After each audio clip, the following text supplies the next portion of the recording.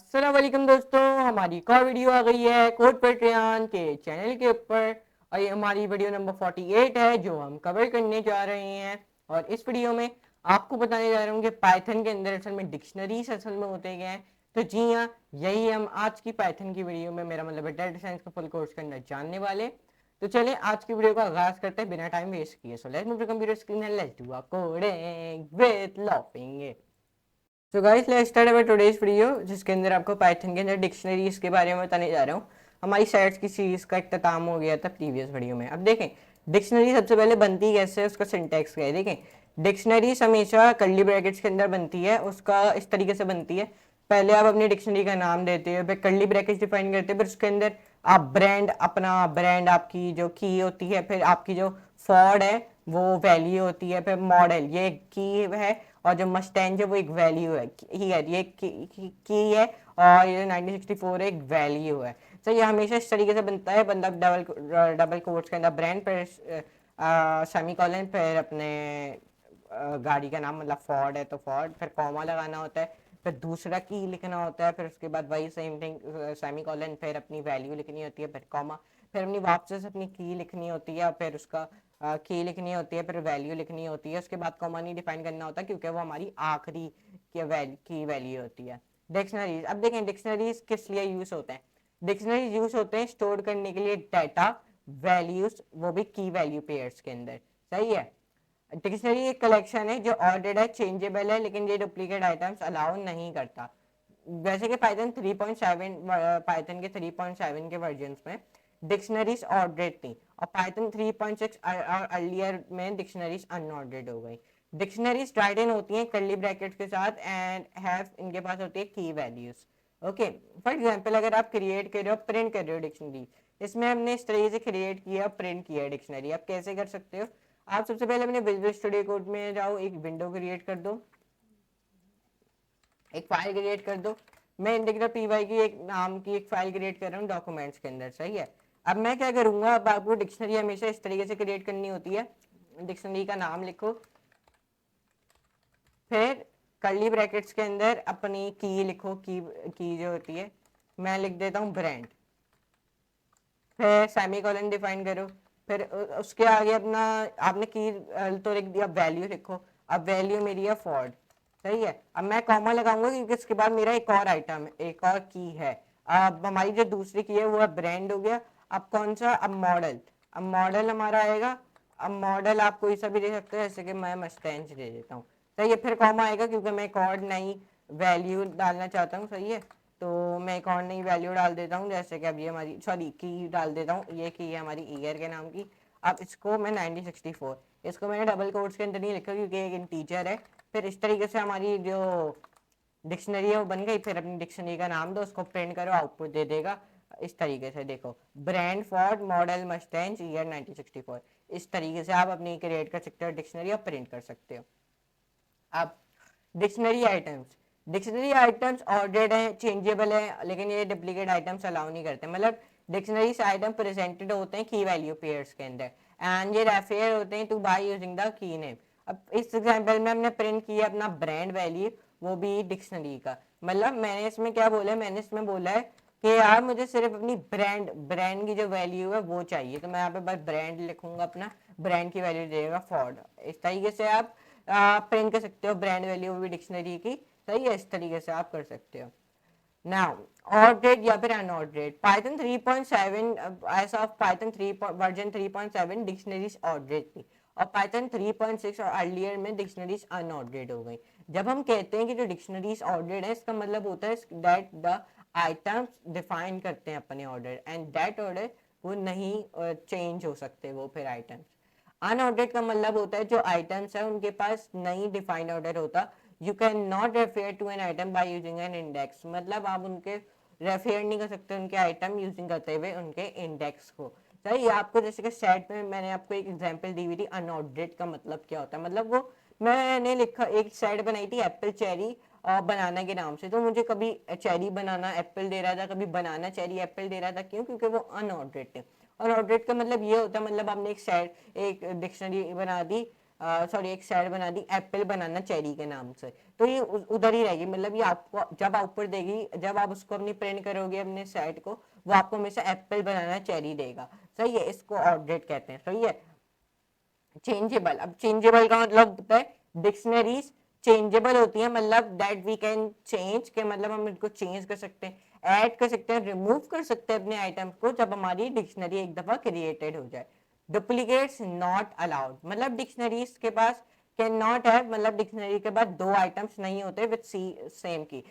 अगर आप इसमें डुप्लीकेट वैल्यूज ओवरराइट करो एग्जिस्टिंग वैल्यूज, इसमें हमने दो की लिखी है ईयर के नाम के। अब देखो, अब इसमें लेकिन मैं ईयर चेंज कर दे रहा हूँ। देखो इसको रिमूव करो, देखो सेव रन, एक ही की वैल्यू दे रहा है वो भी 2020। अब 2020 क्यों दे रहा है, क्योंकि वो आखिर में लिखा हुआ है, जो आखिर में ईयर वाली की वैल्यू पेयर होगी वो देगा आपको, सेकंड लास्ट वाली नहीं देगा। ये देख सकते हो, इस तरीके से ये सिर्फ एक वाली दे रहा है, दूसरी नहीं दे रहा। क्यों? क्योंकि डुप्लीकेट अलाउ नहीं करता आपका डिक्शनरी। डिक्शनरी लेंथ, अगर हमने डिटरमाइन करनी how many items a dictionary has, आप यूज कर सकते हो लेंथ फंक्शन, मतलब आपको ये पता करना है कि आपके डिक्शनरीज के पास कितने आइटम्स हैं। अब वो आप किस तरीके से कर सकते हो, आपको बस लेन फंक्शन डिफाइन करना है, उसके अंदर राउंडेड ब्रैकेट्स, उसके अंदर अपनी डिक्शनरी का नाम लिख दो, सेव रन बता देगा 3, और हमारे भी 3 है, ये देखो 1 2 3। सही है।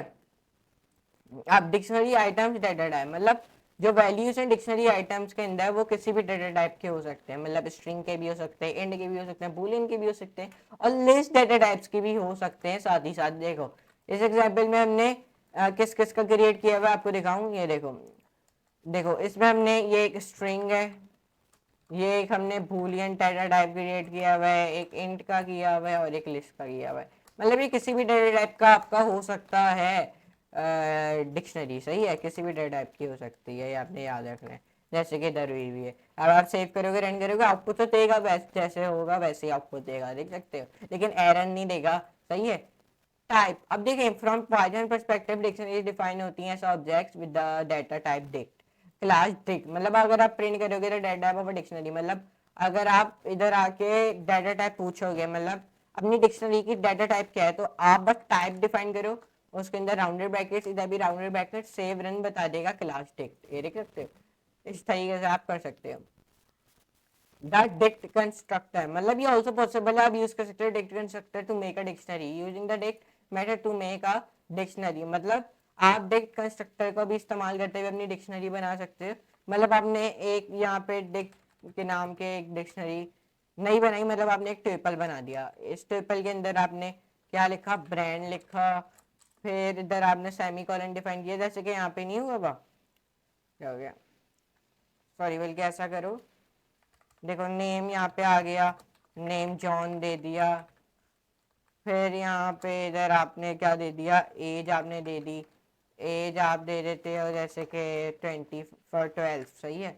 और यहाँ पे आपने एज दे दी, नेम दे दी, और यहाँ पे आप दे दो और क्या दे सकते हैं, वेट दे देते हैं। सही है, वेट आपने दे दिया, और वेट यहाँ पे आ गया 50 kg। सही है, यहाँ पे भी वैसे ही हुआ हुआ है जैसे मैंने यहाँ पे किया, आप देख सकते हो वैसे ही हुआ हुआ है, ये देख लो, नेम उन्होंने जॉन लिखा हुआ है, मैंने भी वैसे किया हुआ है, एज 12 दी भी है, यहाँ पे इन्होंने कंट्री ऐड की हुई है, हम भी कंट्री ऐड कर देते हैं।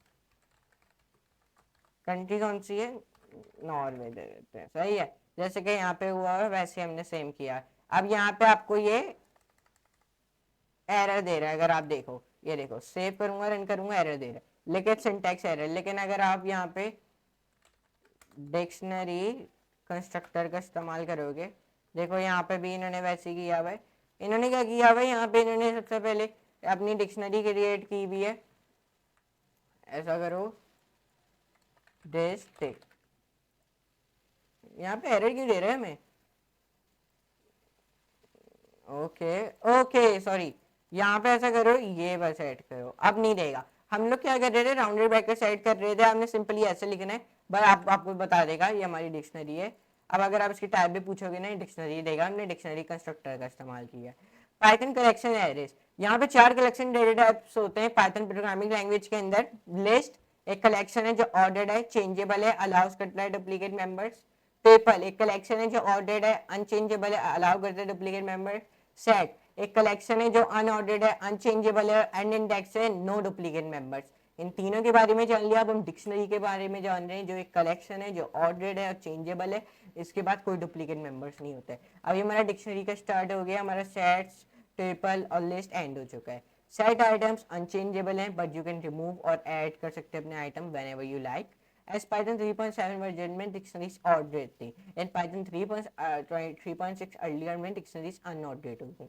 जब आप चूजिंग कर रहे होते हो एक कलेक्शन टाइप, ये यूजफुल होता है, आप समझ सको, आप उसकी प्रॉपर्टीज ऑफ दैट टाइप, उस टाइप की आप प्रॉपर्टीज समझ सको, और आप चूजिंग करो अपना राइट टाइप, वो भी पर्टिकुलर डाटा सेट का।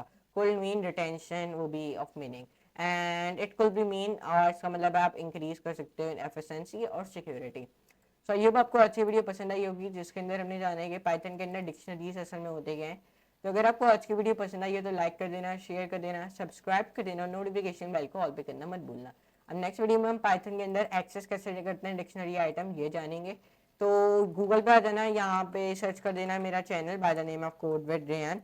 आपने यहाँ पे 2.3 के 2.9 के सब्सक्राइबर कंप्लीट करा दिए, जैसे 3000 सब्सक्राइबर कंप्लीट करा दो।